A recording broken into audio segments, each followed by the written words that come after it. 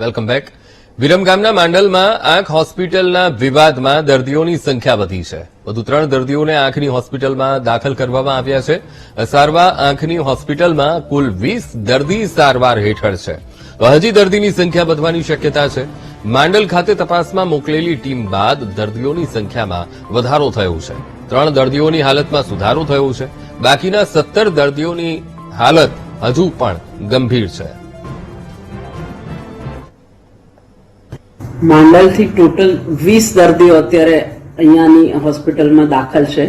એમાંથી 3 દર્દીઓમાં રિકવરી દેખાઈ રહી છે અને બાકીનાની પરિસ્થિતિ જે જ્યારે અહીંયા આવેલા એવી જ છે.